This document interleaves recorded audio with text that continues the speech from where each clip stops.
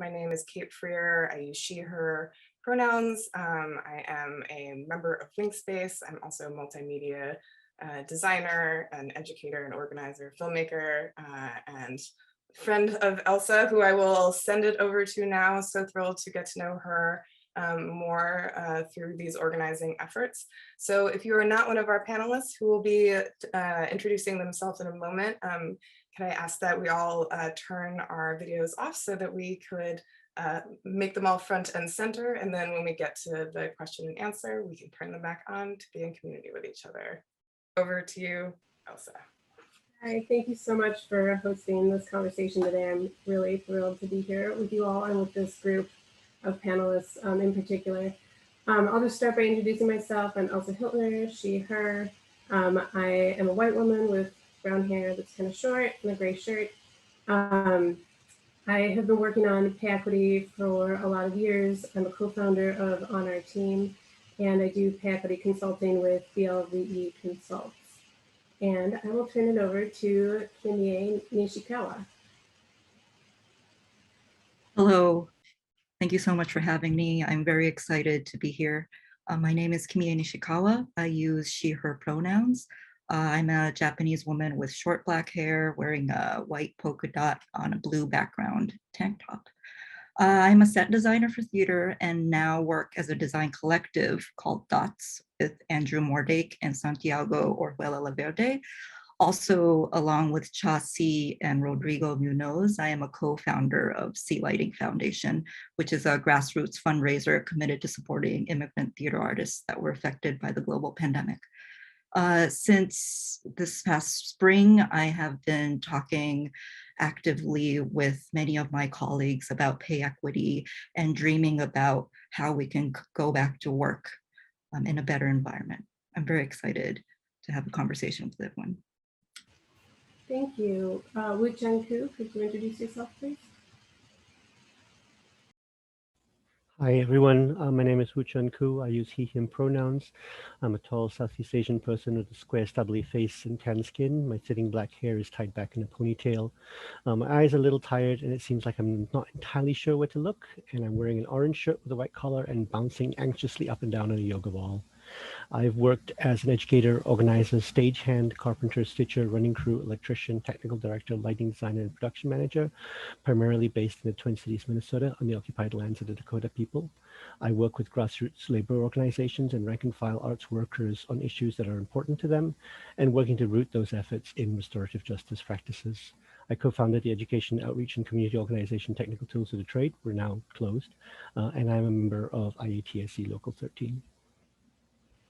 Thank you. And Elizabeth Wislar. Halito, I am Elizabeth Wislar.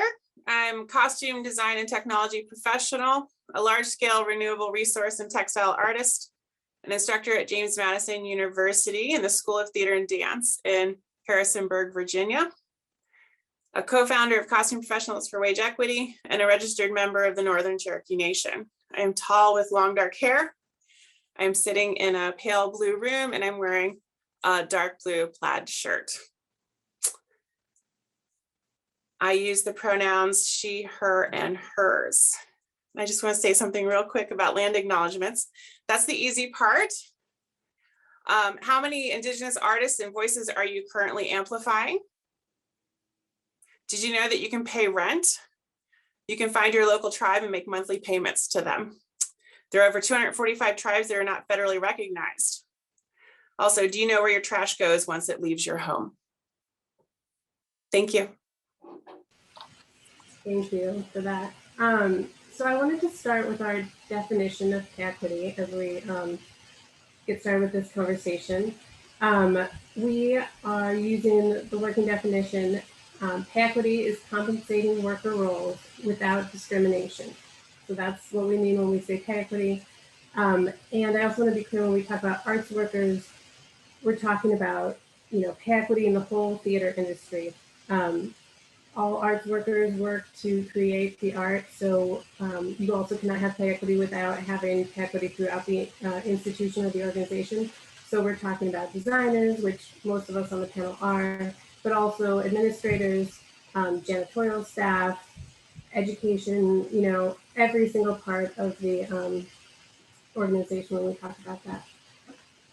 So to get us started, we are creating art in a capitalist system. And how does the very personal nature of our work interact with that system and the ways that we view our worth, the value of our art, how our time should be compensated?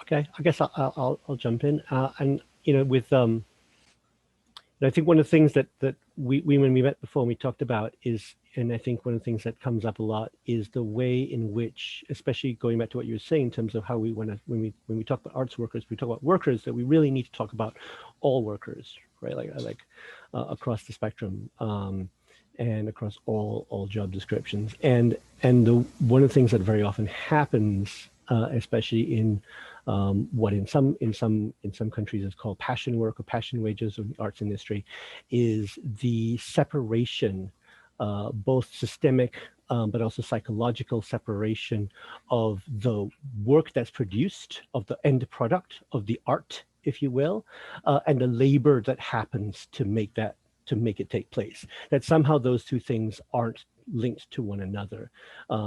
That in its sort of most base form of an example of this, and of course it can get more complex in this, is that we say things like exposure, or it's a labor of love, or hey, you got to do this thing and you've made a difference in people's lives.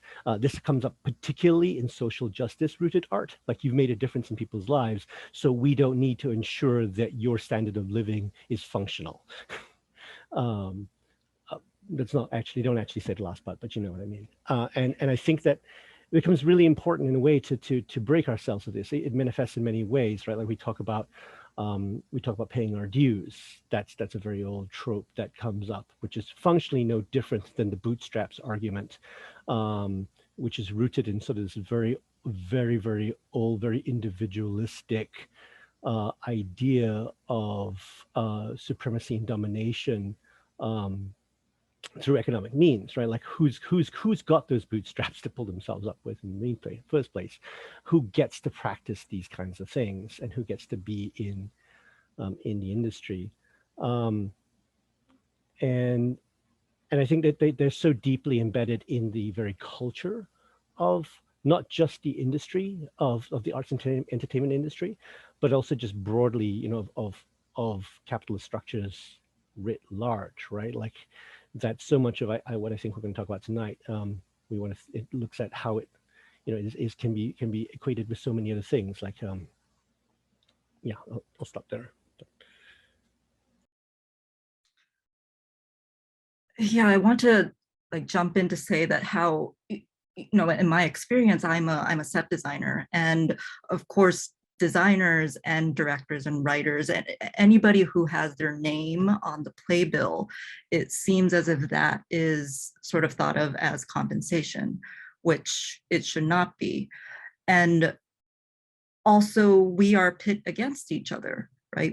Because who gets that next gig? Like who, if we speak up, maybe we'll be put on some blacklist and we won't get hired again. Like we don't have job security like normal, I don't want to use normal, but like employees. And we have multiple employer contracts, right? That's how we work. And we don't really know who the boss is, because is it the director, or no, is it the general manager? And so that just feeds into the fear, and also what Chen was saying, how paying our dues, and it doesn't become about making a living, right? We don't question that. And I think that's where we have to first question that. Why is it so hard to just even pay rent? First, asking that question is the most important thing to where to start. Yes, all of that. And yes, I worked for many years as a full-time freelance designer in Chicago. And it was expected that I wouldn't know how to advocate for myself. It was expected that I wouldn't have the time or energy to advocate for myself, along with many, many other expectations that came with being a freelance costume designer. And so that I love that that came up, that we're kind of all trained to fight over the scraps and fight with each other, rather than recognizing where the argument needs to be taken or having the time to get together and do that. And that's one of the beautiful things that's happened through social media and the internet, is the ability to connect with other people that we normally don't cross paths with that commonly, or have time to cross paths with. And so I'm really thankful for the community that's been created out of all of this work, and that we're all finally speaking with each other, so we can also speak directly to arts management, the administration, whatever it means in your company. Because I've attended award shows that felt like payment, even though I paid to attend my own award show. And then wealthy people got to jokingly say that the arts is where you make a killing and not a living. And we need to stop doing that. It's not sustainable. Yeah, Yeah. thank you. And I just want to, oh, sorry. Just going back to this capitalist system, like thinking about what the product is, what is being sold, it's the show, right? That's what's creating the revenue. That's what theaters are fundraising on. But that is made by us. That is made by theater workers that are basically all outsourced from these institutions. And that is just already an extremely exploitative system. And we have to address that. So I'm getting all amped up here, but yeah. Yeah, that actually transitions perfectly into the next thing, which is like, you know, we have all these ways that the industry divides us up and kind of causes this, you know, intergroup arguing over the scraps.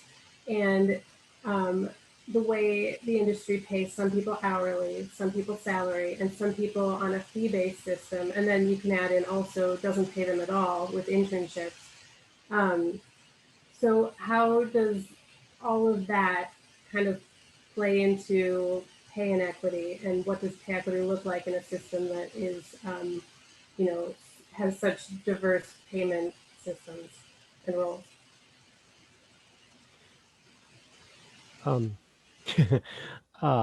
I know Kimie has some fantastic ideas about this, so I don't want to take up too much space here, but I guess I want to quickly, like, sort of tagging on what you were just saying, Elsa, and what we were saying before, is like, I think it's important to realize, I think it's important to think about two things, like the way that our labor, the way that we're alienated in our labor, right? Like the very point in so many ways is to separate us from our humanity.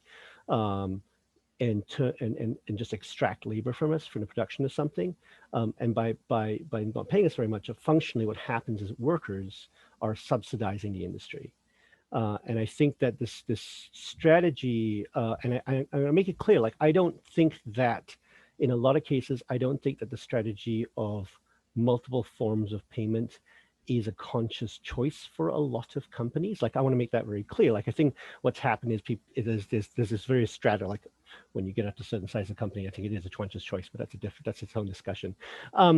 It becomes a way of obfuscating what's going on, right? It's very hard for me and Elizabeth to sit down and have a conversation about how I, as a lighting designer, am getting paid hand over fist more than she is, when we're being paid in different ways, right?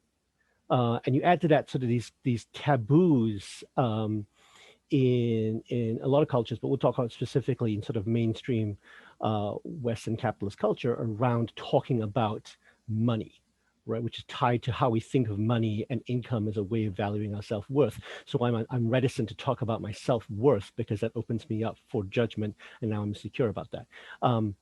And so I think that whether it's conscious choice or not, one of the things about these multiple forms of payment is again, it becomes very hard for us to gauge how we're being treated and compensated, and it's hard for us to build solidarity with each other, because we start to see each other's different, the hourly on-site employee. So we say the house crew versus the contractor who's coming in. It becomes hard to build solidarity there as well. And whether it's intentional or not for a given institution, that is a result that happens, and it ends up, weakening us. I think first and foremost, the flat fee structure just has to go. It's it's really by taking on that, we're already automatically taking on extra labor that we don't even know about. And it's really interesting to me because, for example, like tech and previews, that the institutions tell us to be there at that time for how many days? How is that a flat fee? And then of course it creates a divide between, I don't want to think this way, but I would think, oh, the stage manager is getting a weekly, or and it creates some sort of resentment and pitting against each other, whereas we should be working together to ask for a better wage, because what we shouldn't be asking is, are we getting all the same? Like, what we should be asking is everyone getting enough? Because we're not, none of us are getting enough. I think also there are a few people that are getting enough, I think a lot of times people like to pretend like everybody is poorly paid in theater, and oftentimes executives and leadership level administrators mostly are really getting enough, and not also not paying lower level, however you want to, design team, even some of, the admin staff that it might be at associate level or something like that are not able to, have a living wage. Do other people want to add in about living wage, thriving wage? Yes, one last thing. I see that, some folks who hold management and leadership positions from theaters have joined us today. Thank you so much for being here. It really means a lot. But I just have to ask this question. Do you believe that the compensation offered to theater artists is enough? Please write in the chat. I can see some of you that are here. I would really want to know your honest opinion.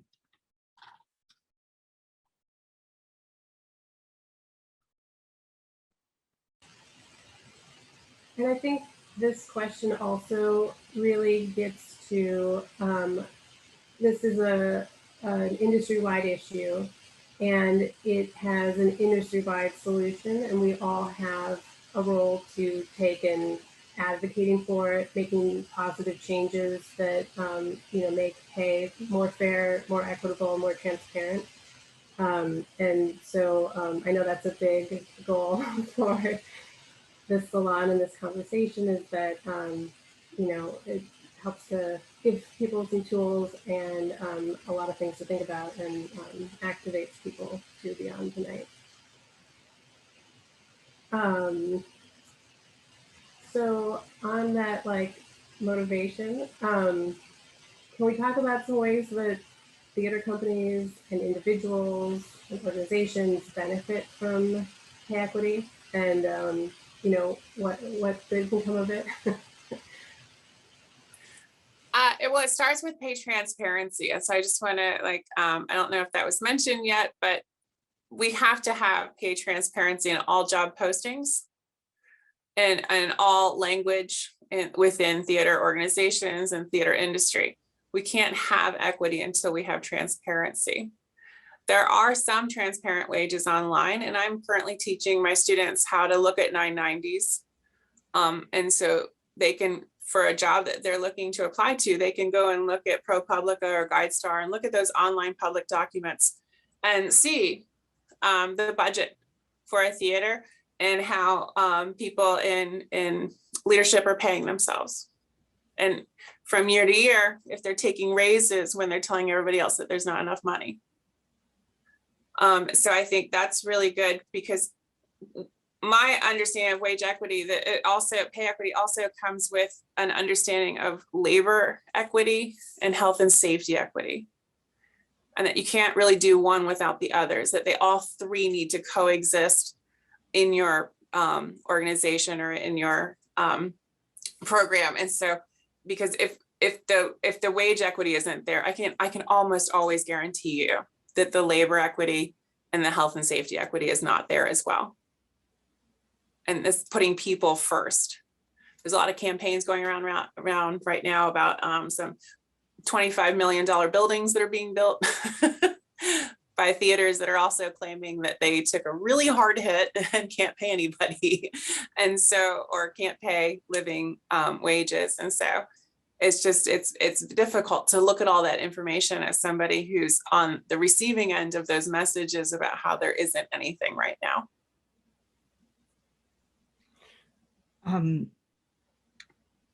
I really think they'll get a better product, with equity. I really truly believe that. And I'm just going to talk about a show that I'm doing in the fall at Soho Rep with Peter and Julia. That's their duo name. And they happened to be put in a great position where they had control of their budget that was given by the theater. And they decided that, okay, we're gonna pay all our artists $10K, and we're gonna cut our material budgets to like, I can't even remember what the initial one was, but really low.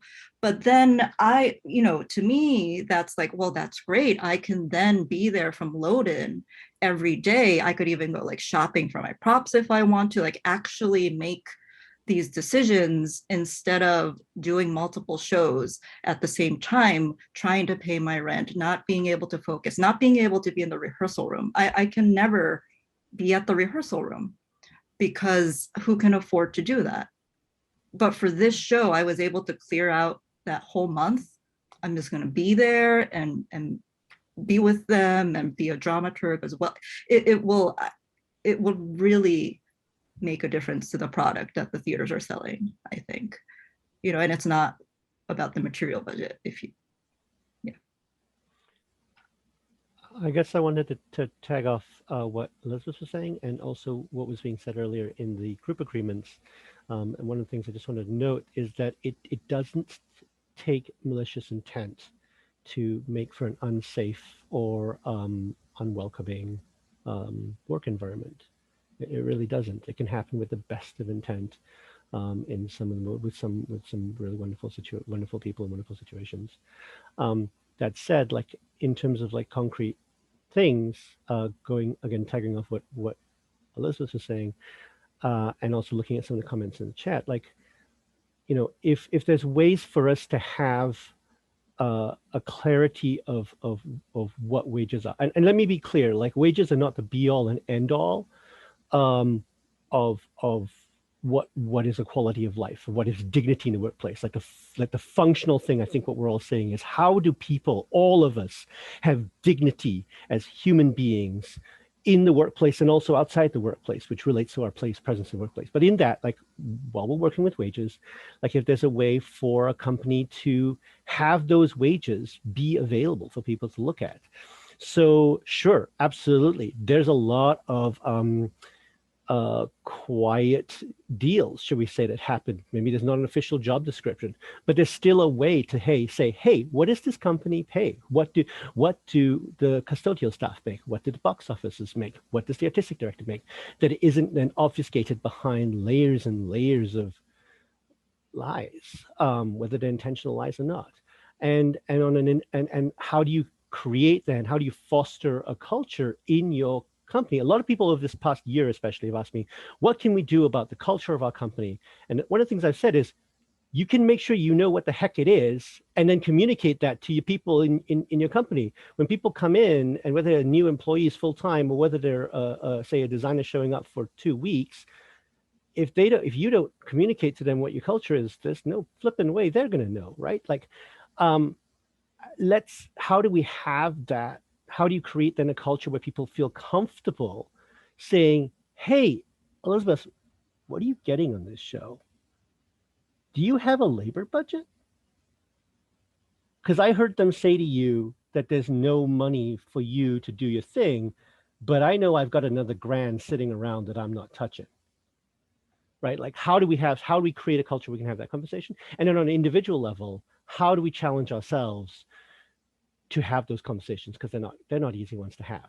Like, it's just not, we're just raised very often across many cultures, not all cultures, but many cultures, to not have those conversations.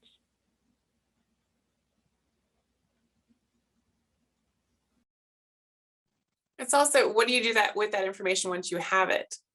Because I have been announcing my wages for many years now.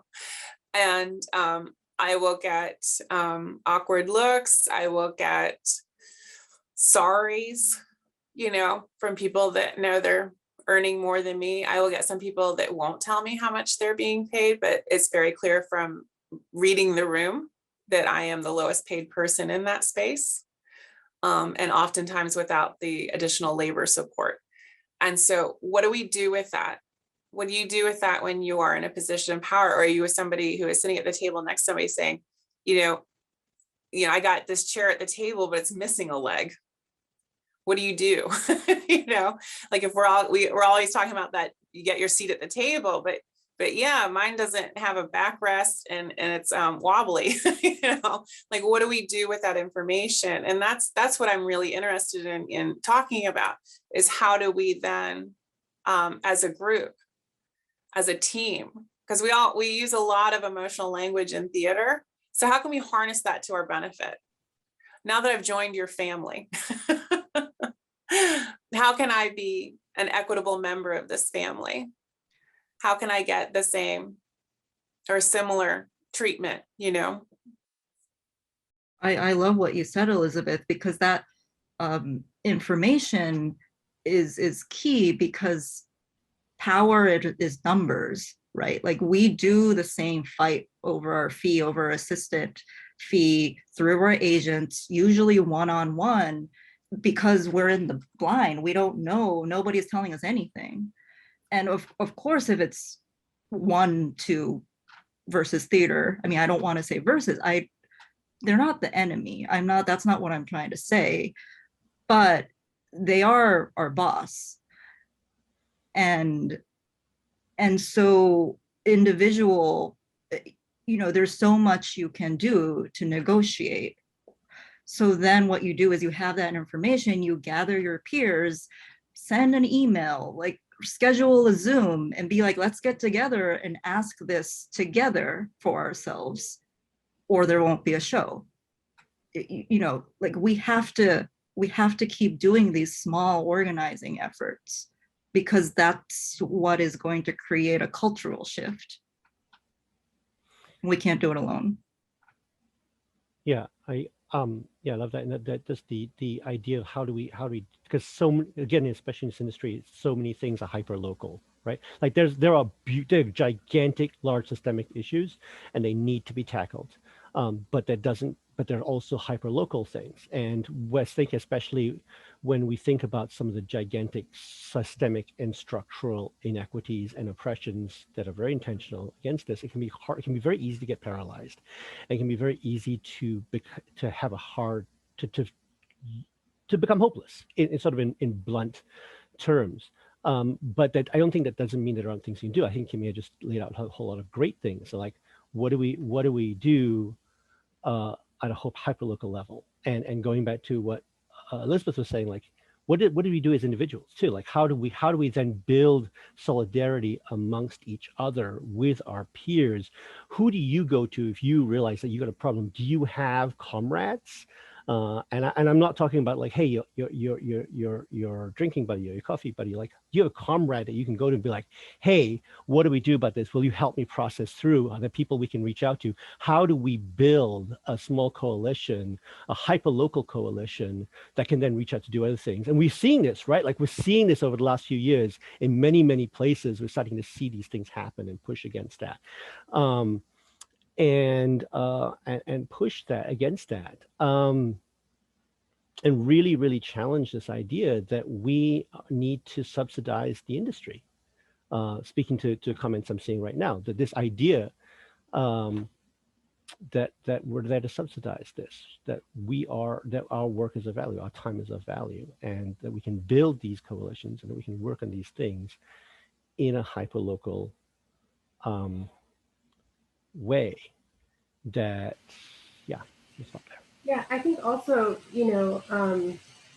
like thinking of my own career and organizing path, there's always an individual reason why you're dealing with some issue, low pay, no labor support. And it can feel very individual, but then when you like kind of zoom out and look at the macro view of the industry, you can really see that, it's an industry-wide issue. It's not just costume design. It's not just, actors. It's really every, single aspect of theater is dealing with these same issues. And, we were talking about the scarcity model earlier and the way that kind of works to divide people's efforts and, this feeling that we're fighting over scraps. Do people want to talk more about those ideas and how we can be more united in these efforts? Oh, sorry. Go ahead. No, you could. Okay. I just wanted to. I was talking with a dear friend, fellow designer Dan Kluger, who I see here today. And he said something that really stuck with me. And I'm just going to quote him. And if we don't insist on everyone having enough, no one will have enough, like even the winners. And I like really believe that. Like, I don't think, the people who are on the big off-Broadway houses or doing Broadway, do they like actually have enough or they get, I don't really think so.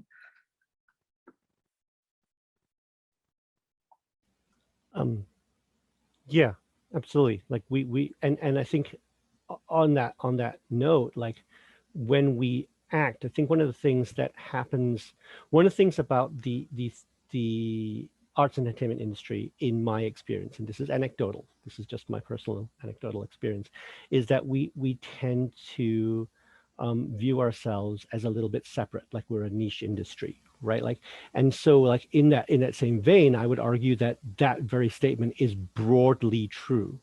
Right? And we can think about things like, stage managers scrambling for their prep and for their prep time and being compensated for prep time.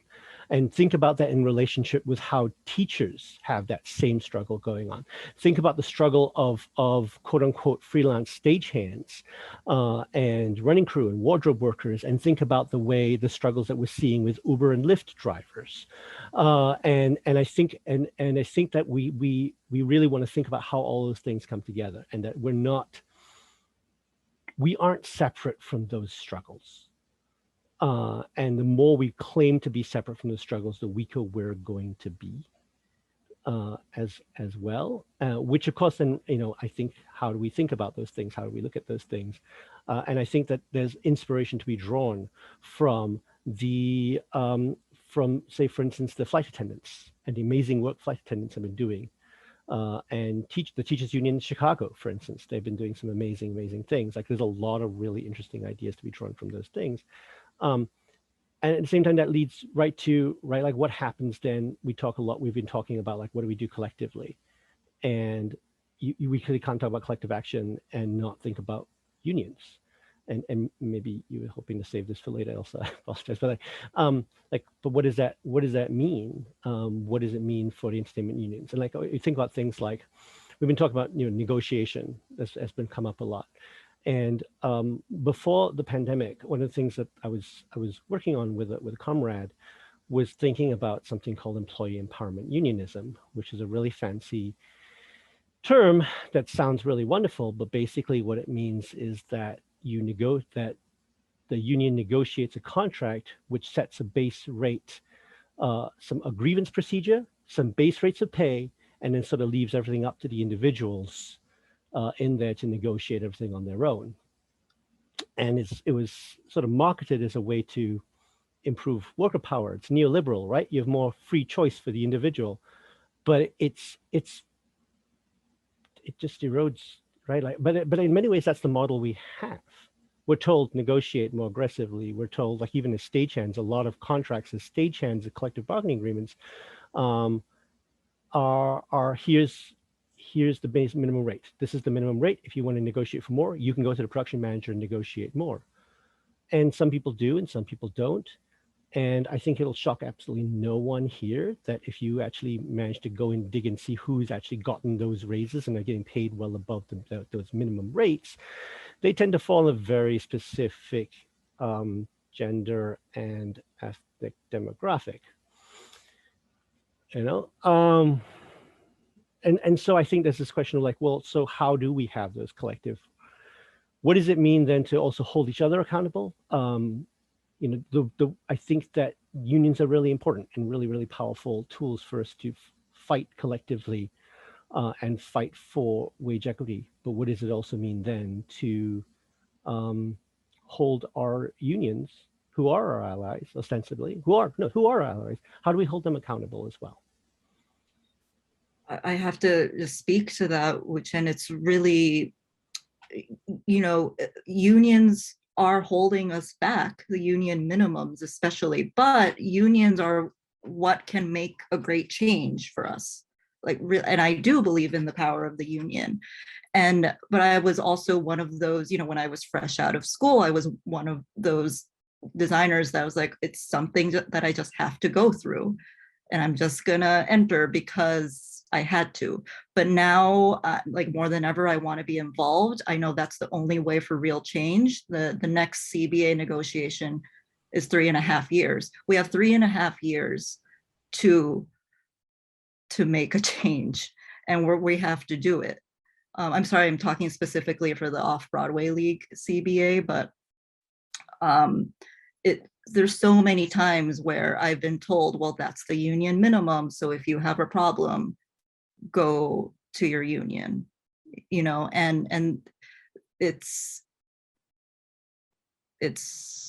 terrible because that minute, but those CBAs, I just have to read a disclaimer from that because. Can you define CBA, please? Collective bargaining agreement. No, thank you.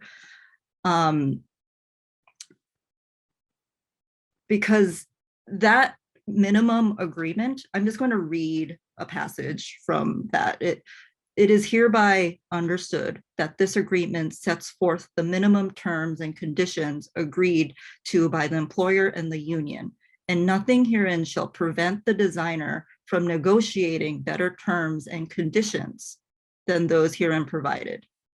So that doesn't mean that we shouldn't get more. The minimums are becoming our maximums. I mean, not becoming, they are our maximums right now. And it's just not okay.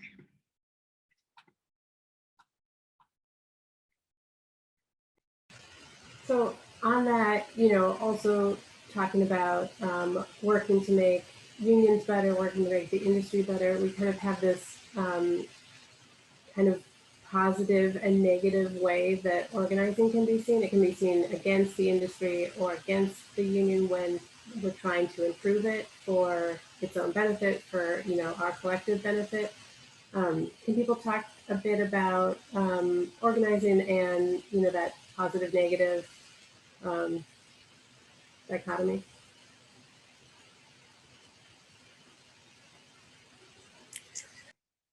It's a privilege to protest. And so I just want to recognize that not everybody can do this work. And I'm not at all encouraging that of people that cannot. I recognize some of the privileges that come with choosing when to feel powerless. and also being able to be vocal and run the risk of never being hired again. You know, so like that is part of some of this work. And so I just want to recognize that and say that it's not for everybody. But there are a lot of organizations that will, through the beauty of the internet, you can message privately and say, I'm having trouble with this. Could you give me some advice? My group, Costume Professionals for Wage Equity, we do a lot of private work like that. And so not everything we do is public because of the identity of the person that's coming to us.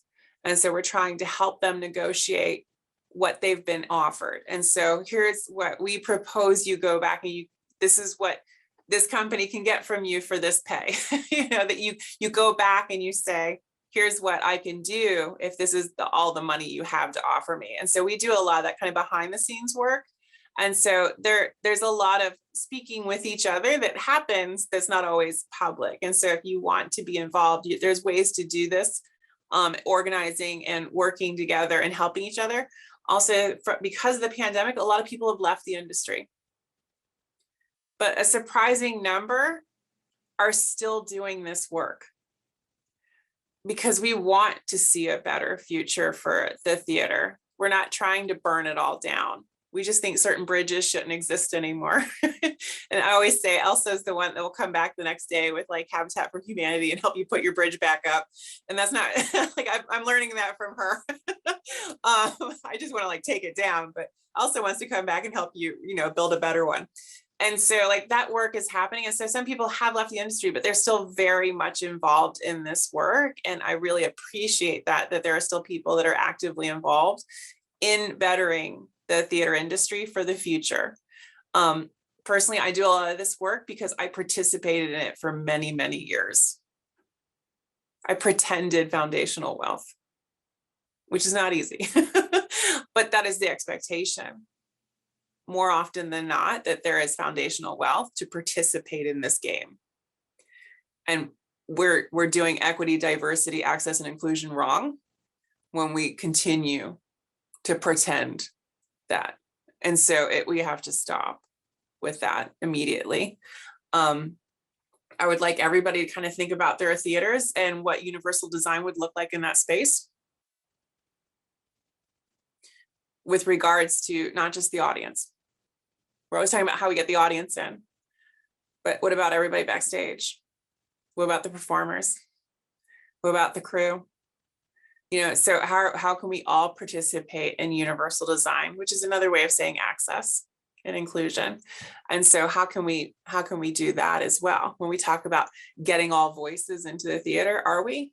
Because we're excluding a lot of people right now, an enormous amount of voices, because they can't get into our spaces or see themselves in our spaces or work under the conditions that we have set forth for many, many, many years. That was so beautiful. Thank you, Elizabeth. I'm sorry, Wu-Chen, I don't want to get like too personal, but I really echo it's not just the money too, it's the practices that have been okay. You know, there have been times when I've been at a theater until 2 a.m., 3 a.m. painting by myself. And no one asked me, can you get home okay? It's the same as you shared, Elizabeth. No one, you know, I know what I am. I'm you know, it's terrible having to go to ride a subway on 42nd Street at 1:30 a.m. and trying to go home. But those were our normal practices. Why do I fear, why can't I just ask, can I have my cab reimbursed?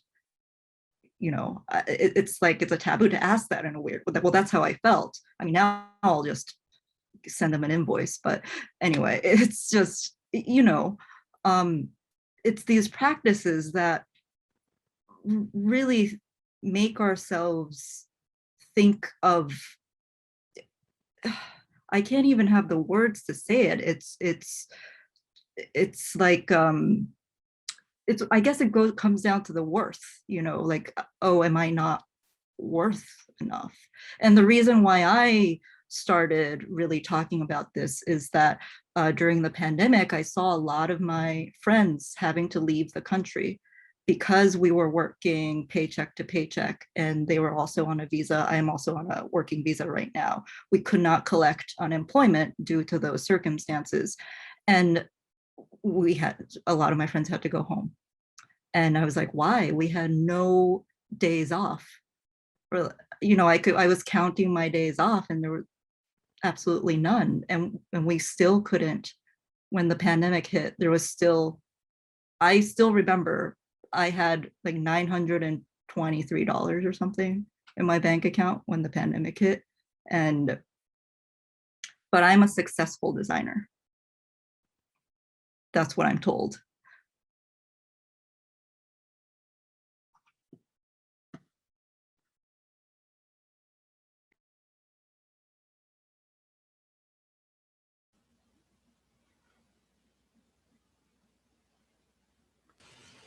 I didn't want to interrupt you if you had something to say with Chen, but I think also I'm going to guess that the four of us have, come on a certain amount of journey as far as like being willing to break these taboos, speak up for ourselves, speak up for other people working around us. And for people just entering the industry, or perhaps not as far along in their journey as some other people might be. Can folks give some advice, talk about how to start that process and maybe like the multi-generational aspect of this work? I gotta say, I'm actually in awe of, I don't really know another way to put this, so I'll just say it this way, the younger generation than myself. To echo Elizabeth, I also perpetuated many of these systems and participated in many systems in the past and continue to do so. We are something a dear friend of mine once said is that we are all shaped by capitalism, and in some way we are all its puppets. And I know that sounds sort of morose, but I think like knowing that also allows you to say, hey, well, what can I do to cut these strings and where they are? And this is ongoing journey. We are all traumatized. We have all been harmed, and we all done harm and continue to do harm. And but one of the things that's so exciting to me, and again, purely anecdotal in my experience, purely anecdotally, younger generation. So I'm 44. Younger generation ain't taking no shit. and of course that's a broad generalization, but very broadly, like we're seeing people who are a couple of years into working, daring to do things that I would never have dared to do. I have seen people say things like, that practice that you're doing of just photocopying all of our IDs and stuffing them in your pocket, that's not okay. You don't get to do that. Where's my effing paycheck? It's payday. Like I've seen people do that in a way that I would never have dared to do. And that I think my peers, I have a lot of respect for my peers, but I think we didn't do that. And that's not to say that there isn't something to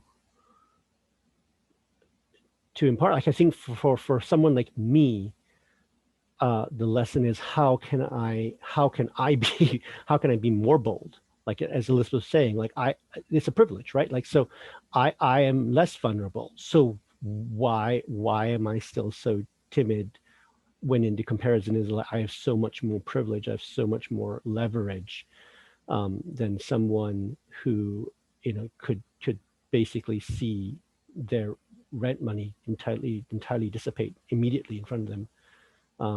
How do I shut it up? And I don't have an answer other than I need to do better. I need to spend more time with these people. I think I think in terms of the question as you asked, I think that I think the big thing is something that we've talked about already, which is how do you build solidarity? How do you build collective action? It is, as both Elizabeth and Kimie have said far better than I ever could. Like if you're operating on your own, you're gonna get a little smushed. Like that's not me trying to be hopeless. Like I just think that's sort of a grim reality. But the reality is also that you're not alone. We're not alone, right? Like there, and that not loneliness stretches across many strata and in many ways. It stretches across industries, as we talked about. It also stretches across disciplines within us. Like, you know, if you're a stagehand struggling with workplace harassment, maybe you're having a hard time finding someone else in that scene shop to talk to. There may be someone in that box office who be more than happy to listen to what you have to say. And also just the ways of, you know, or someone in development, right? Like who has to concoct some kind of narrative to appease some rich funder sitting in a foundation far, far away from anything, wondering if they can build a rocket to go to space, you know, to give money for a 6-month project that they think was going to change the world. Yeah, they probably have something there too. Like how, I think the thing I would say then is, how do we think about ways of connecting with other people in ways that look forward, that dream about, like to dream about what it is you want, not what it is you don't want, but what it is you want. We're so inculcated, we're so conditioned to think about the negative, to how do I just get through this? It's, we talk a lot about, you know, disaster capitalism, but it's also disaster activism, right? Like we're just gonna get through this next crisis, and not like, what is it we want? What do we want this industry to be? What do we want our lives to be? What do we want our scene shop to be? What do we want our development department to be? What could it be? What could our theater be? And how do we work towards that? That's a grand strategic goal, but what a concrete, tiny, meaningful tactical steps. Even like Kimie was talking about, like, hey, let's all get together and we work together and write this letter. Like that's a concrete tactical step of moving us forward that doesn't allow us to get mired in that hopelessness, and reminds us that we have friends and comrades. I'm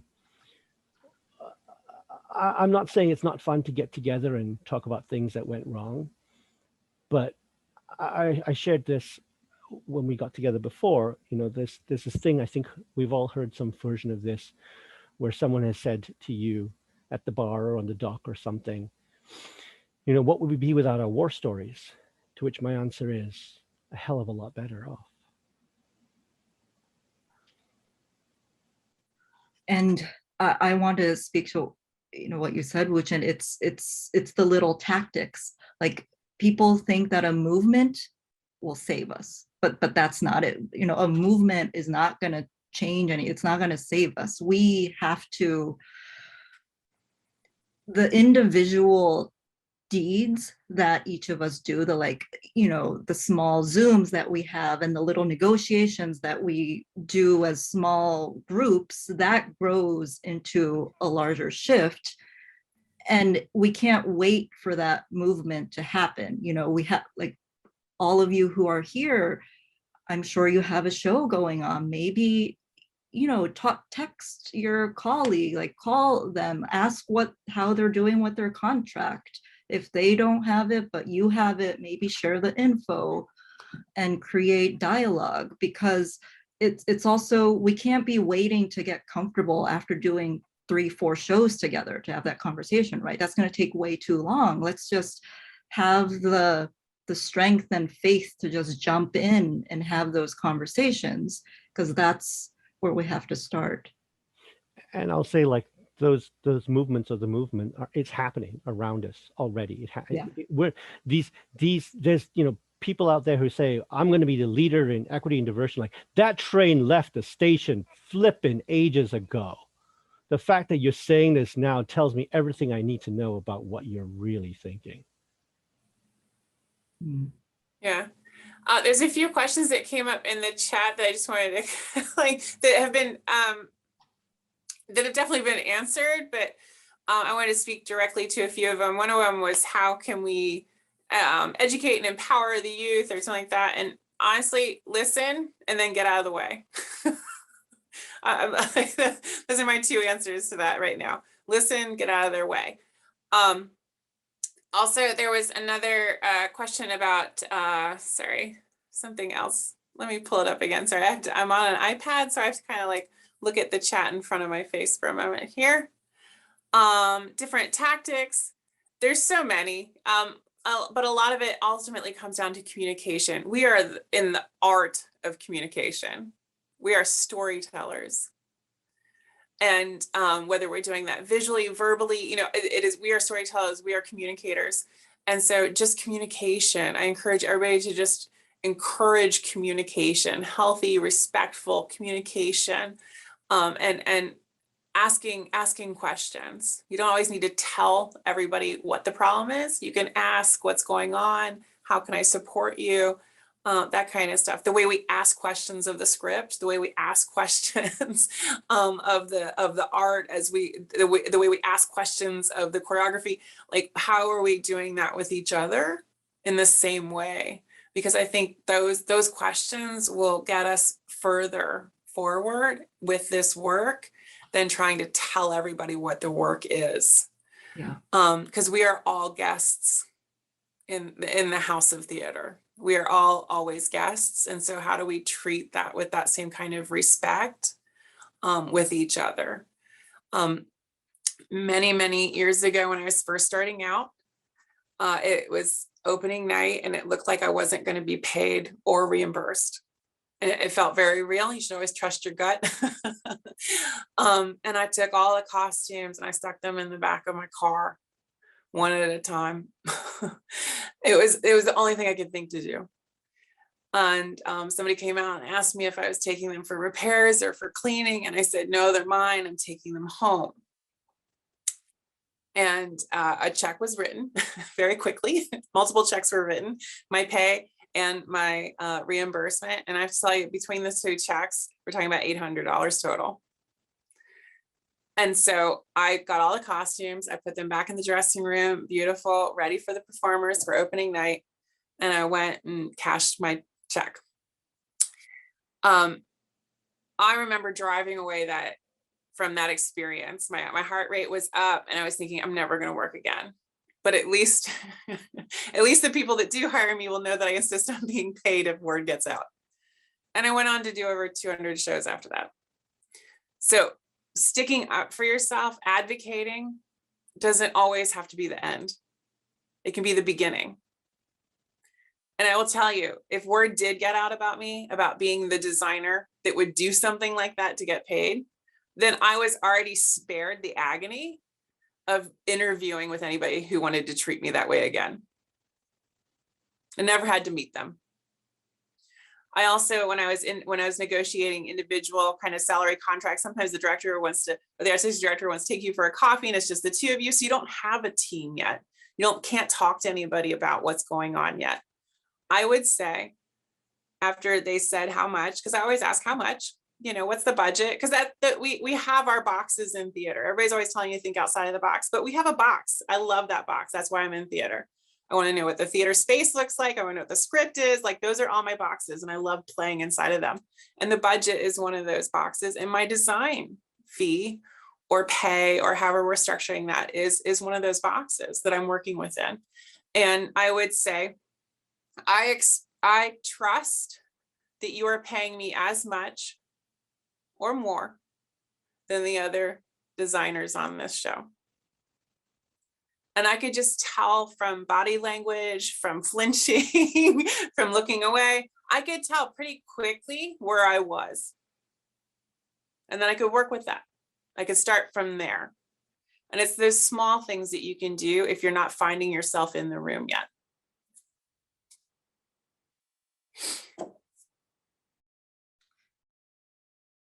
I mean, that's super inspirational, Elizabeth. That's so badass. I love that story. Thank you for sharing.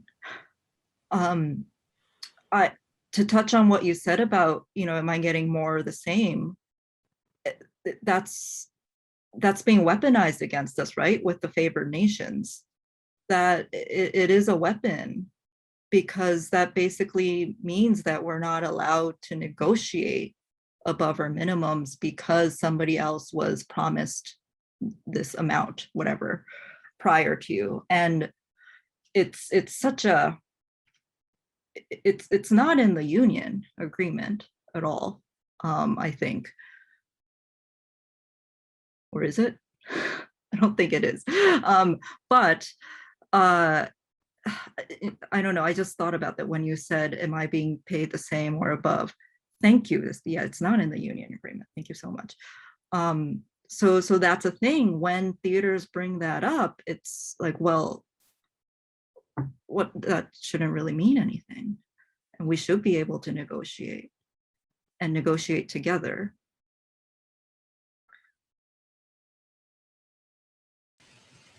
Yeah, I wonder if people want to share some wins, times where they were able to negotiate together, times where there was improvement on pay equity, even if it's not the final destination, or things that we've seen in the industry that have just are those small wins that kind of can keep people going and not let organizers get burnt out.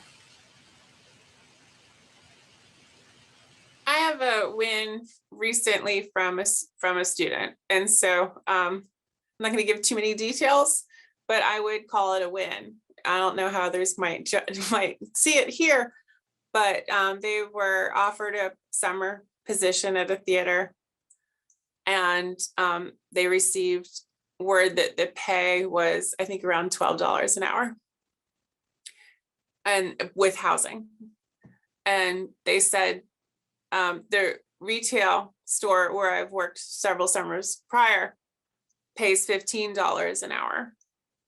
And so the theater company came back and said, we'll give you $15 an hour. They went back to the retail company and said, I've gotten a summer theater job. They're going to give me 15. And the retailer said, we'll give you $16.50. So that student's not working in theater for the summer, which is a shame. That theater lost a very good person. And so we need to listen. We need to listen and get out of the way and remove whatever obstructions are there. That negotiation needed to happen. And we're not talking about a lot of money for what we're asking of the employees to come in and do. She has skilled labor experience.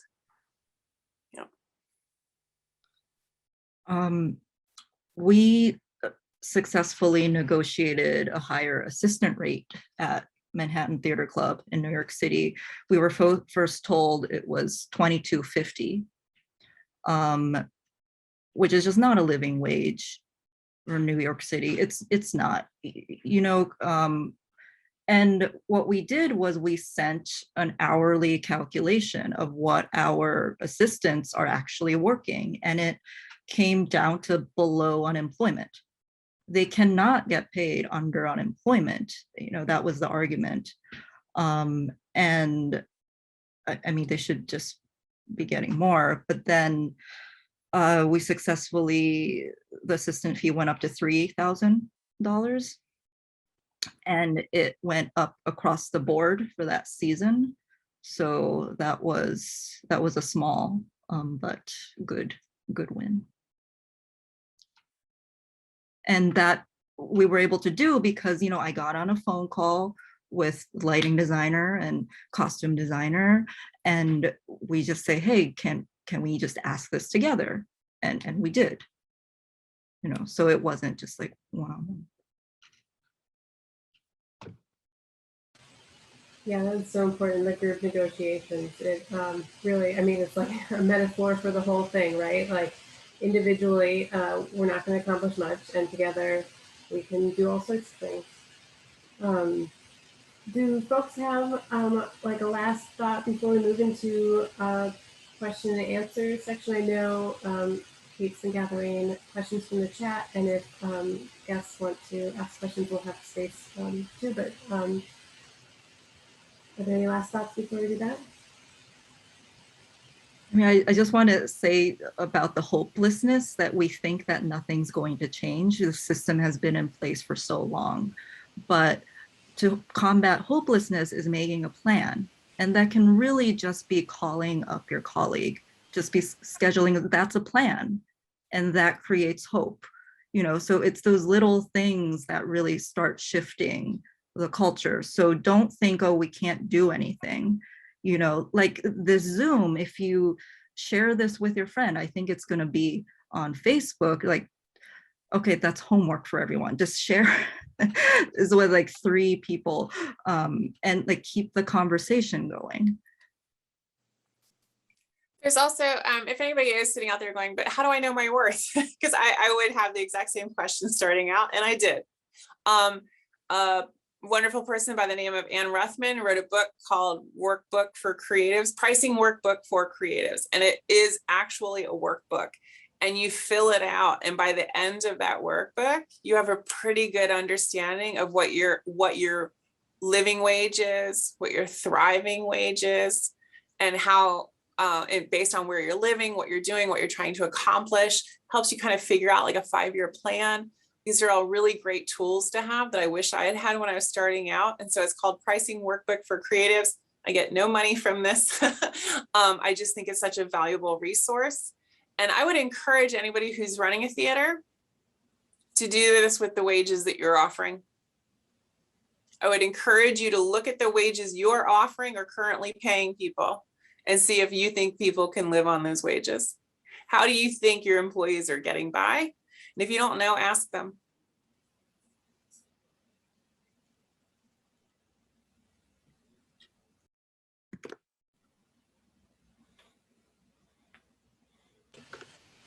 All right, should we move to question time? And Kate, let me know how we want to run this. I have the questions from the chat, so I can start with those. And if folks want to ask a question live, we can sort out how to do that too. So I'll start with Edward Morris asks, what is the incentive for theaters to change their practices?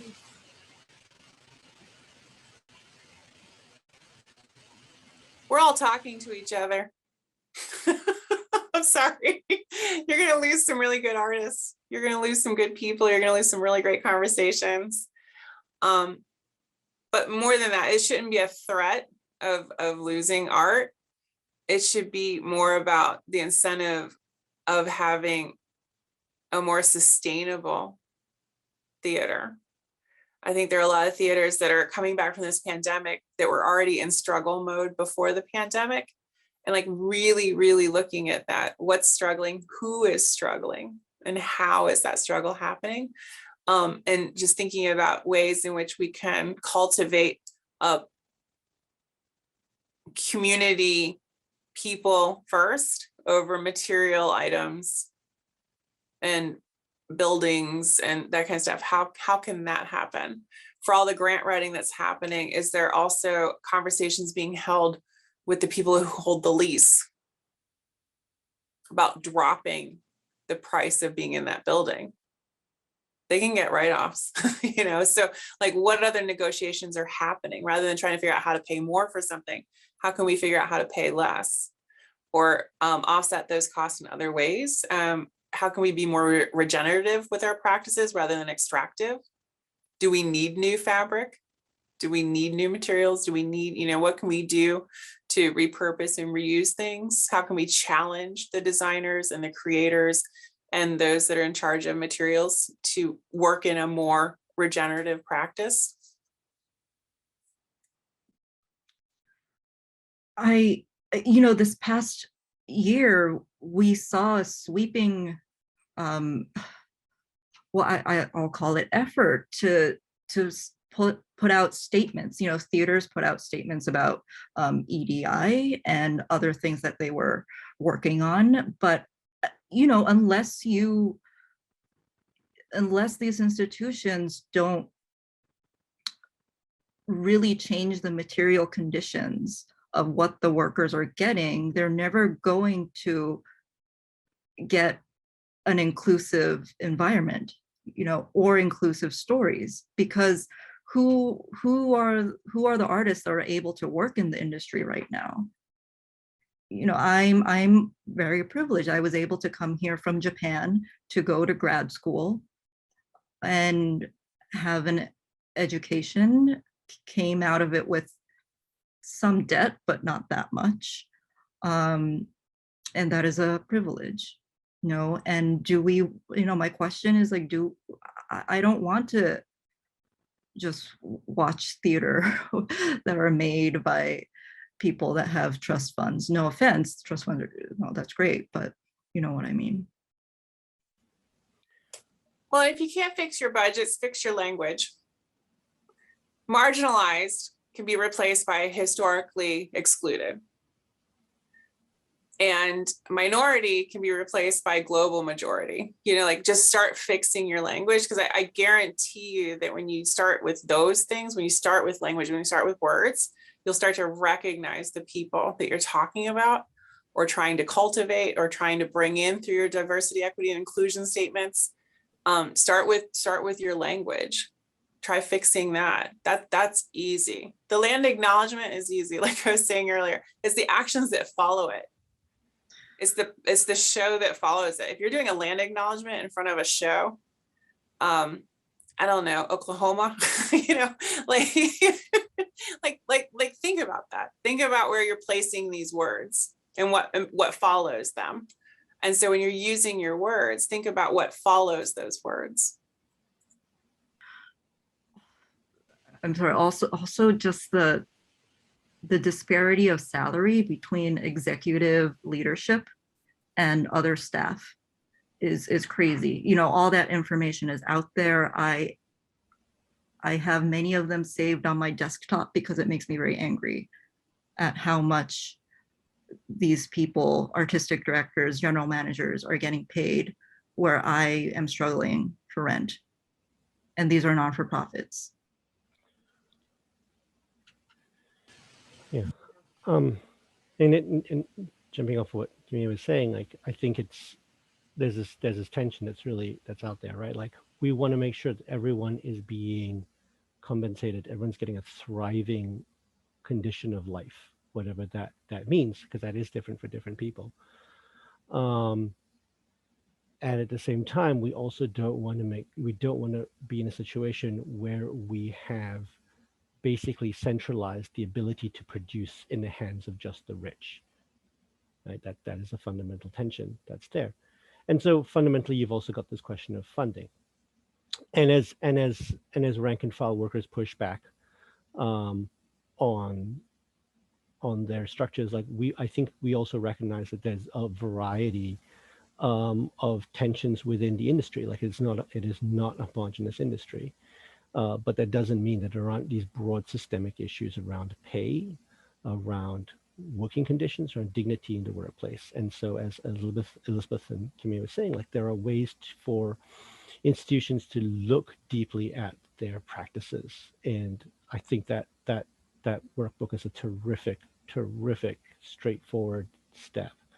That's very tangible, that's very quantitative, like it's very like, does it or doesn't it, right? Like there's no like, well, I kind of maybe if yeah, right? There's not a qualitative analysis involved there. It's a very quantitative analysis. Like what kind of quantitative analysis can be happened there?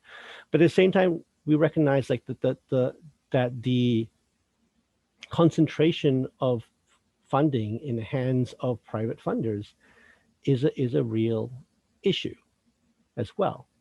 And so I don't run a theater, but in the same way that we have talked about solidarity amongst rank and file workers to push back and build collective action for advocating for themselves, that I would encourage those who in institutions to look at that kind of action. What kind of solidarity can you build to push back against the funders that control some of those budgets for you, that put you in the position of having to hire development, please hire development staff. I'm not saying don't hire development staff. Hire development staff that then have to scramble together a series of checkbox and words for projects that we all know are meaningless, right? And are fundamentally unable to produce the kind of conditions that sustain your rank and file workers. At some institutions that could sustain your rank and file workers if you budgeted differently. But I also want to acknowledge that there are institutions where, you know, the pay disparity between your top management and your and everyone else is not that great. It's actually not meaningful. But what kind of solidarity can be built there? In the same way that we've talked about on an individual rank file level. Like, I think that that is also something to be asked. And I realize it's a bigger question than maybe for 4 minutes, but yeah. I just wanted to add that a big part of the work I've been doing in the last few months has been talking to foundations about pay equity, because they hold so much power in what organizations prioritize and center and pay attention to. And so I am really hopeful that there will be movement on, you know, all the fronts. But, you know, that is definitely a key one. But it's important to remember who holds that power. It looks like somebody has their hand up. Are we going to a live question?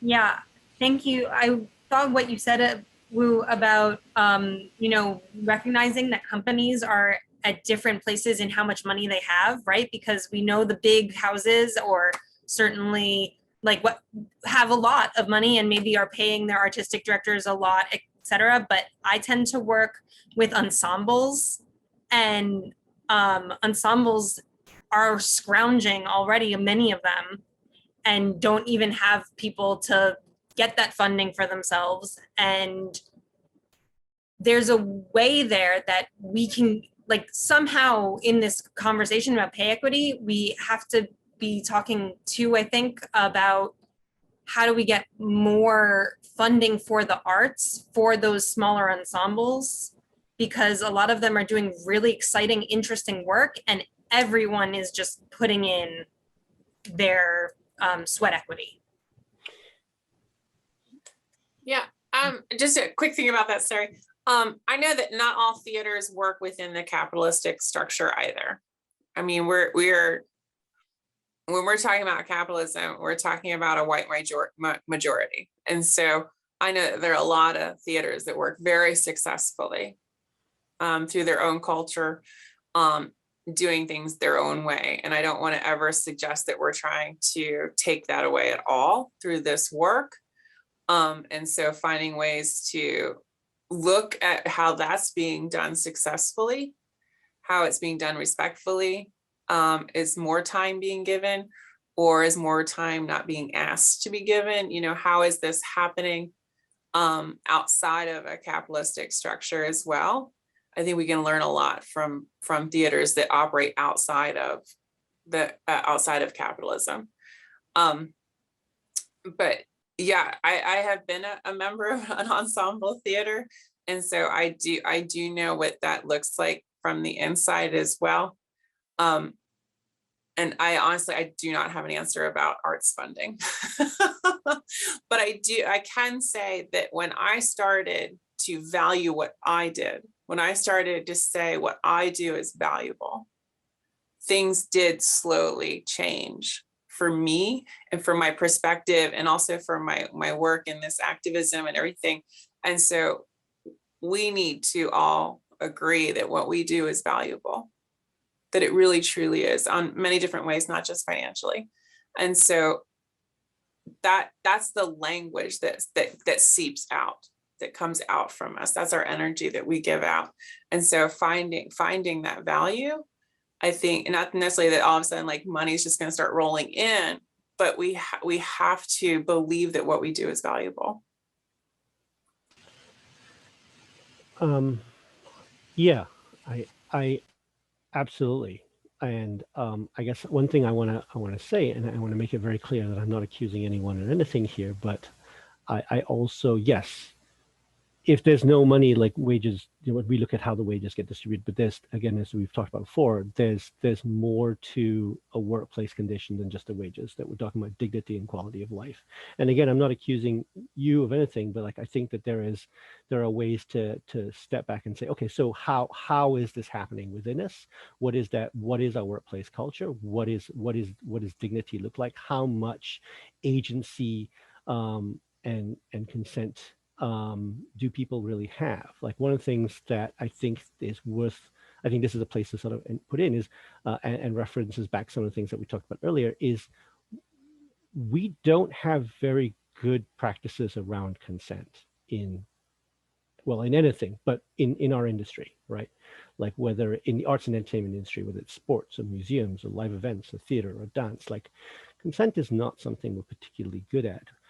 It is not infrequent for us. I'm not saying this that you're like this, but I have certainly been in collectives where we're told pretty early on that we don't get to say no, that we need to say yes and that takes away a lot of my agency and my ability to protest if something's not right.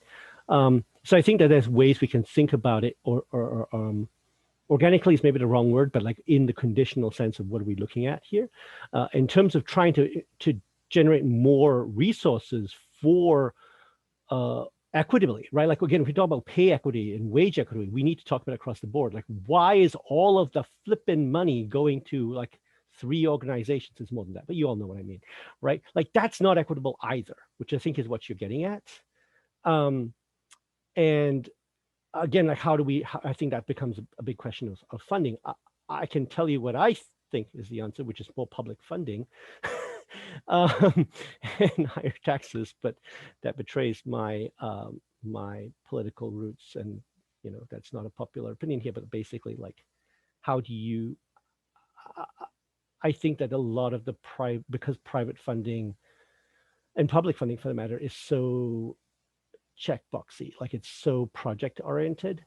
This is kind of, I think, what I was trying to get at is there a way for us to then, as Elsa was saying, in engaging with funding bodies, be they public or private, to completely dismantle that or to challenge that? I think also it's important to note that you don't need more money to do pay equity. If you look at the big organizations, the big theater companies, none of them are doing pay equity right. None of them are trying particularly hard either. And the real key is to looking at the budget that you have and then working within that in a way that produces art and pays people fairly and equitably for their their work. And I think often people think that you need more money in order to do it, that it'll just be paying the same amount of people you have now more or something like this. But looking at where the money's going, is it going to materials rather than people's work or these sorts of things? There's lots of ways that companies can scale the work they're doing to meet their budget in a way that has pay equity. And all the quality of life things, like I'm a parent to young kids, and one of the biggest struggles I have right now is I need wages. Money is a really big problem for us right now, but one of the biggest factors is really like, how do I make a schedule work to be able to get my kids to school and pick them up afterwards and get them to swimming and whatever the heck it is, and make sure there's dinner on the table. And most of my interviews, when I get interviewed to try and get a job in this last 18 months, that's been the sticking point. They're like, yeah, sure, whatever. No, you can just pay for childcare. Like, but you're not paying me enough for someone to look after, raise my kids for me. Sorry. This is, actually, sorry, I just wanted to jump in because this is exactly what Una has mentioned in the chat here. It's like what, we are employees of these theaters, as they are hiring us, but we we pay for the things that make the work happen, right? Like I've actually tried to ask a theater company to pay for my Vectorworks subscription. Of course, I was like scoffed at.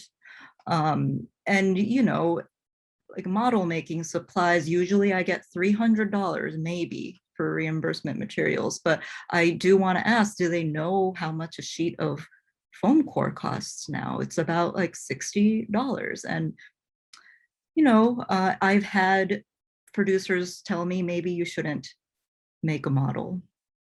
Yeah, because it's too expensive, but you know, that's not the point. It would, I mean, my argument is it'll probably be the same anyway. If I do it on 3D, it's going to, you know, the software is going to cost a bunch and it's going to take time. I mean, the point being that, I mean, Una says it very eloquently here that, yeah, providing the tools I need to do my job, that we should also be asking for that. And of course, childcare and like tech being on set on the weekends, you know, who invented tech schedule? It's just the weekends, not being able to be with your family. Who is actually going to take care of that? So, you know, I could go on, but it'll get boring. I've had to hide the fact that I have children in my career. When I was pregnant, that was the biggest giveaway. And so the phone stopped ringing. And when I asked around, it was because they assumed I wouldn't be available anymore. In other words, I wouldn't be able to give my 110%. And then, yeah, there was a lot. I got dropped a lot.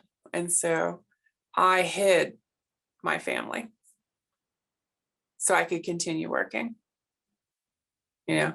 And so that's the thing. That's why I am deeply disturbed by the amount of emotional language that comes in theater. It comes in the job ads, it comes in the language we use in the theater space about it being a family. But when it comes down to it, they really don't want you to have a family. They want you to be their family. They want you to be in their abusive family. And so we need to stop hiding that we have families. You know, I admit that wrong now. But it felt like survival at the time. It felt like survival and protection of my career as a woman. But yeah, I have absolutely been expected as a costume designer to also be the costume shop.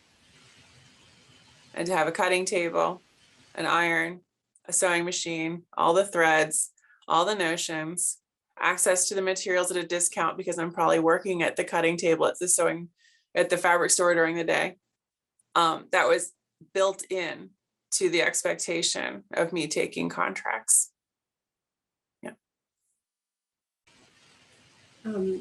Thank you. I wanted to move to another question, and if anybody who's in the room live wants to ask one, raise your hand and we'll do that again.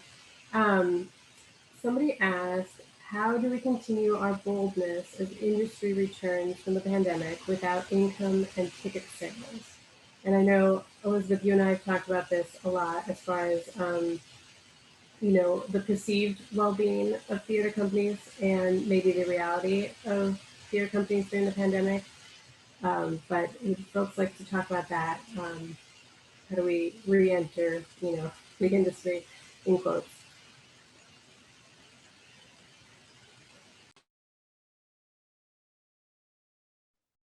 How to re-enter the work? I'm sorry, you cut off a little bit for me, but I'm sorry. Yes. No. So the question is, like, how do we continue to be bold in our activism while we're re-entering this industry that has been, you know, in quotes, shut down, not having ticket sales, you know, and I think just, you know, my tack onto that is I think there's a lot of theater companies that are saying that the pandemic has been very hard financially. At the same time that there's been a lot of rescue funds and a lot of generosity from donors and a lot of people laid off that, you know, the theater's, you know, expenses have been down. And so just wanting to note that perceived well-being of the industry versus the reality and, you know, not being able to really know because there's no transparency until those 990s come out. Then we'll know what is actually happening.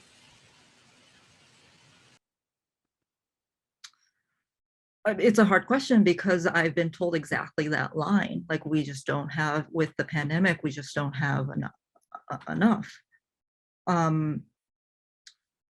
But the interesting is, even pre-pandemic, the answer was the same,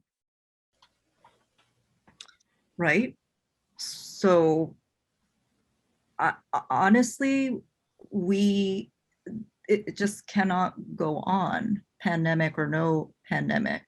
You know, if you give me a $3,000 fee, I am certain that I could make something great.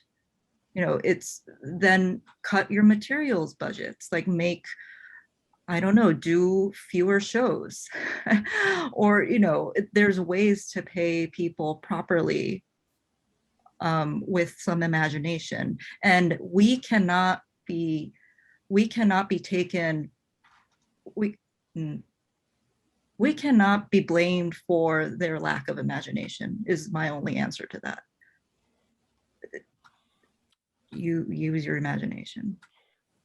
They also had a whole year. I'm sorry. like if anybody that is right now at this moment saying, what are we going to do? What have they been doing? Especially if they've been collecting a paycheck this whole time. with you know, so, and we also, last summer, we all got a really big memo about racism. So those that are just now starting to think about what to do about it, I mean, come on, you know, you've had some time. We all have been sitting in this work isn't paid.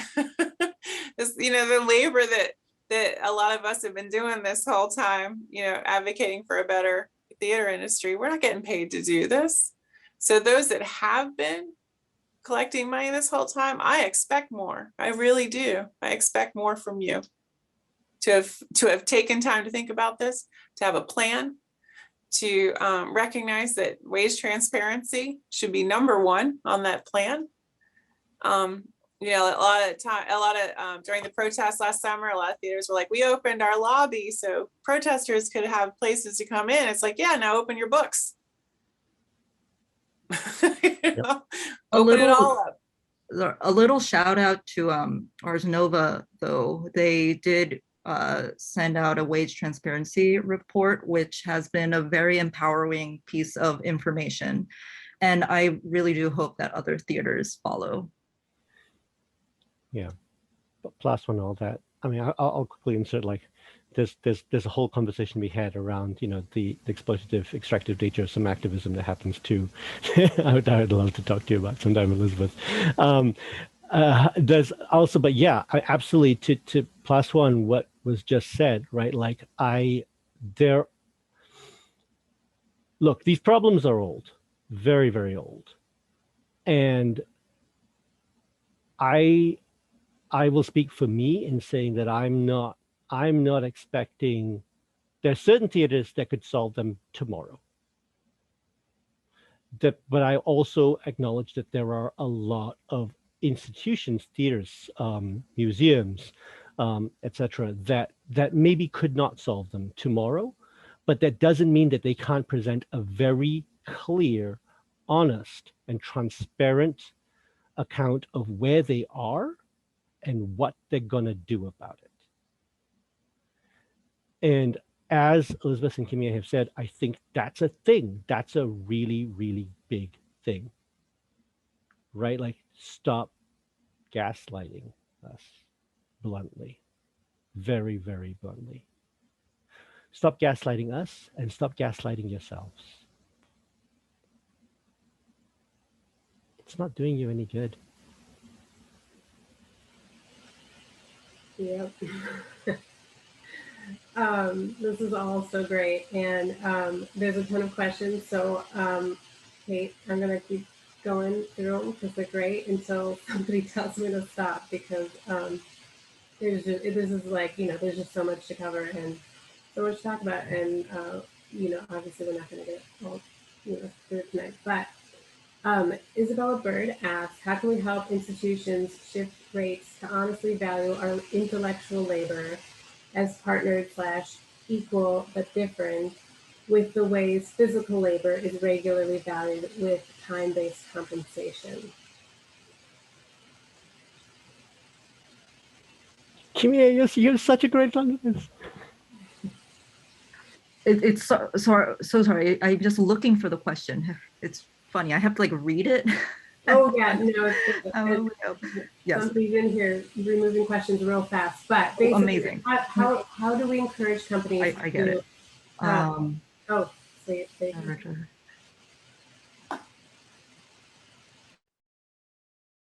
You know, we really have to.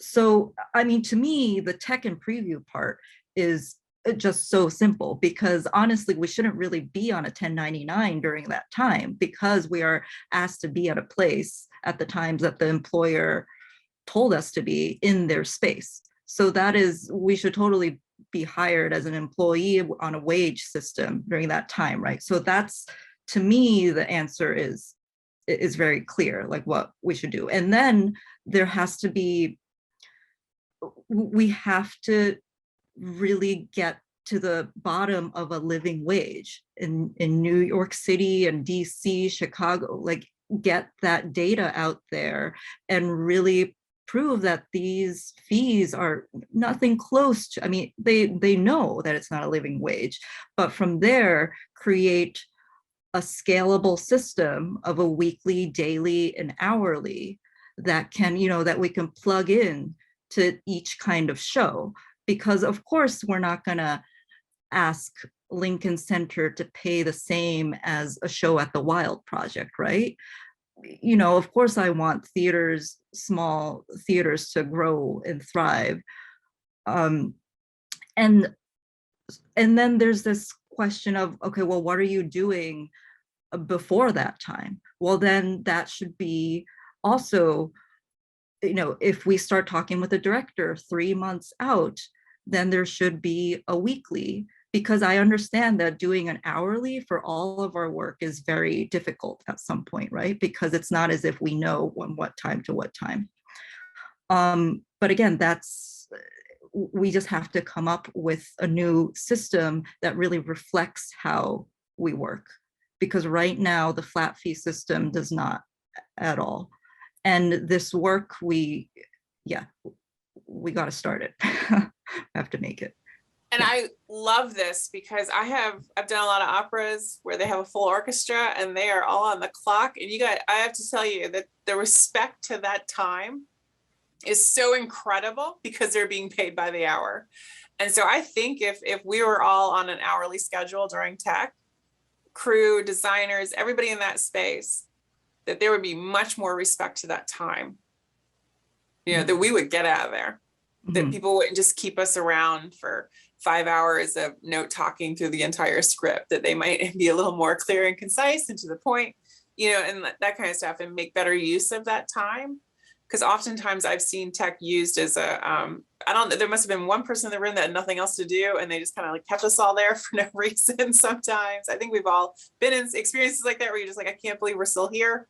And so like, it just, or thinking ahead of time, like, wow, that's a really long list of like, you've got a long list. How are we all going to work together to make that work happen on the hours that have been set aside to be paid for, you know? And that's the thing. A lot of times we get into tech and we end up putting in a lot more hours than we ever anticipated, and with no change in pay, none. And just to add to that, we also have to, don't forget that we should be paid for insight or vision too, right? And what we created. Like we can't have, you know, we can't be told like, okay, we paid your weekly, so then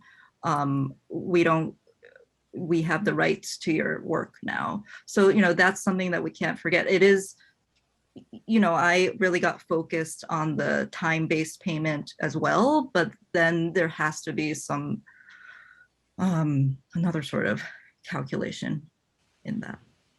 I've been doing a little work with the Costume Designers Guild, which is the union for film and TV costume designers, and they are facing all the same issues that, you know, costume workers are in theater, but in a slightly different way. So it's like the same system, it created the same problem, but it's like manifesting in different ways. And they are paid the weekly rate, but by and large do not have intellectual property rights, are not compensated for, you know, their idea and their ownership, and, you know, the Halloween costumes that get made, you know, from the characters they've created. Whereas, you know, we have it slightly differently in our industry. And I'll drop this in the chat, but they're having a pay equity town hall on Sunday, this Sunday. And I encourage people to attend, if for no other reason than to, like, you know, make that connection like Wu Chen was talking about with the, you know, struggles that other industries are going through and how they are, you know, solving those problems that we're also dealing with too. But also anybody who's still trying to figure out how many hours goes into a show, or for anybody who's in a position of hiring somebody, I always say it's going to be 100 hours minimum for me to design a show. Building is different, but to design a show, it's going to be at least 100 hours from start to finish. I've never gone under that.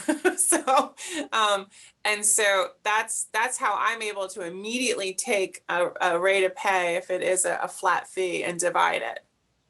So I can immediately in that moment and say, you're offering me $3 an hour, or you're offering me, you know, that it's going to be a minimum of 100 hours. And so I can immediately kind of do a quick math on, you know, what that 100 hours is really going to pay. And then again, every show depends, you know, I don't, you know, but it's going to be at least 100 hours of my time.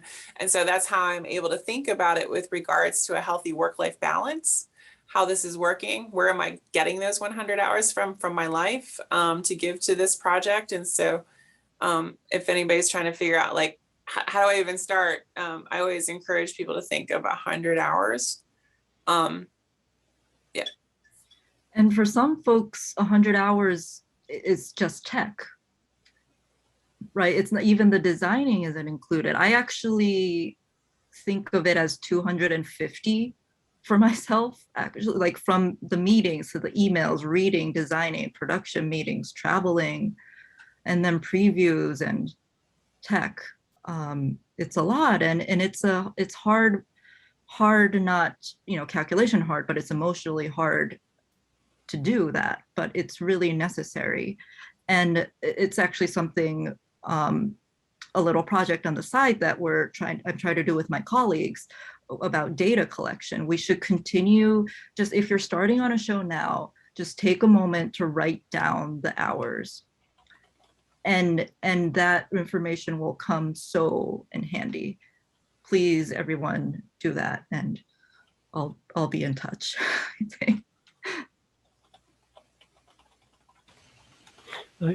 Yeah, I think that there's an issue, in our imagination, right? Like just kind of the thing, like we're in a business of imagination. What are these imaginative things that are out there?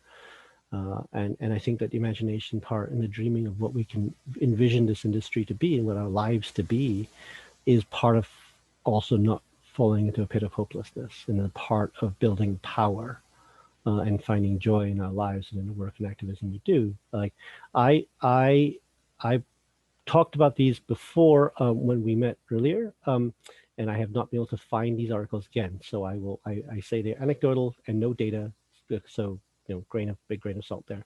But I wanted to share two things there, which is one, that at one point I was doing research and I promised I found information on this theater company in Finland that had a pay structure that basically what Kimie was saying, that basically they for people, they had full-time staff who collected a salary, and then they had overtime based upon overtime laws. So anything about 2 hours above 40 was a time and a half, and then above that was double time.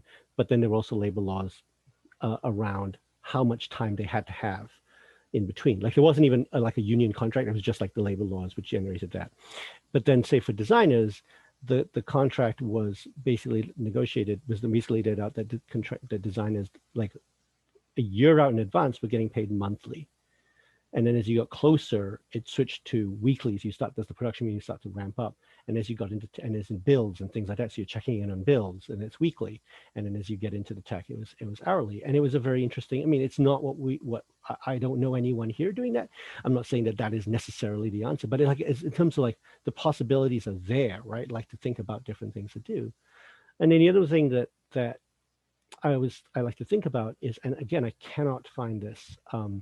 I will say, by the way, that Back2, the UK Entertainment Union, has some really great resources on their site. But like, there was an instance some time ago. I was organizing with a group of stage managers, and the stage managers said, all we want is to bring our work week down from 70 hours a week to 50 hours a week. Let that sink in for a moment. That was the thing, right? But they didn't think they could do it. Like, how is this work going to happen in 50 hours? So there was no way. There was a certain, we'll call it a martyr complex, as it were, in the way that we're conditioned to say that we got to do these things, have to happen in these timelines, right? Like, and that's the way. It's not that they were at fault, but this is how they've been conditioned to think. And one of the things that I think was very helpful in that gathering that we had was I pulled out, again, I apologize, I can't seem to find the article, an article at the time of stage managers in Scotland who were negotiating collectively to bring their work week down from 35 hours a week to 26 hours a week. And the argument was that there was to cover travel time.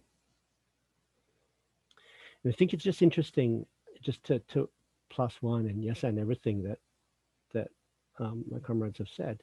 Just think of the ways that we can dream of something different and know that it can be different. Like this tangible, something a good friend of mine has said before, like one of the things that we struggle with when we try to dream and come up with these ideas is that it's so, we don't have a lot, if any, good examples of like a positive work environment. And first of all, that's kind of sad to think about. But the other thing is, like, I think they are out there. It's just that we don't talk about them. We don't hear about them. But if we can conceive of them, well, I mean, we're in the business of imagination, right? And on that, we are almost at time, and I think a really great way to wrap it up is if the three of you could share, one thought, dream, hope, vision for the future of the industry. And it can be, a tangible small thing or a big, grand, seismic shift. Just one thing that we are envisioning for the future.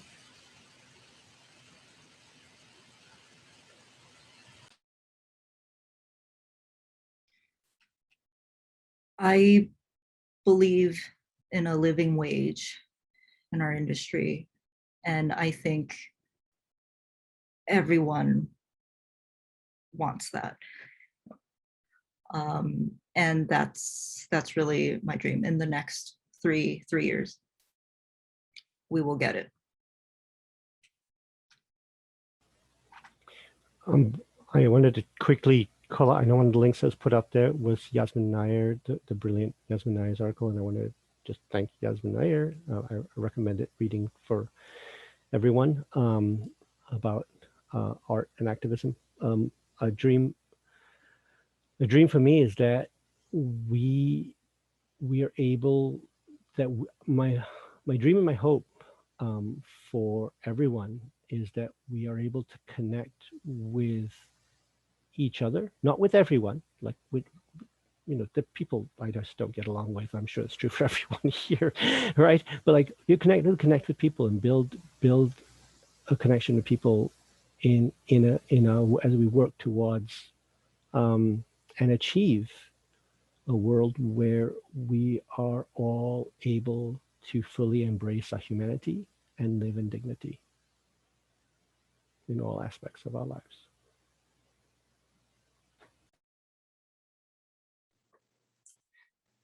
I'm a firm believer that anything historical, including trauma, requires a multi-generational response.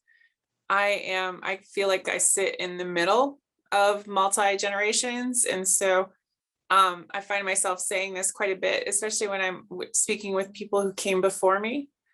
I stand on your shoulders. And I thank you for that. But I have a different view from up here. And I need you to trust that I see things differently. And I also need to recognize that those on my shoulders are seeing things differently. And so we need to respect and listen, you know. And so I really want to, I know that this work is not new. I know that there are a lot of people that have been doing this for many, many years. And so I thank you deeply and personally. I thank you for that. And I thank you for letting me stand on your shoulders.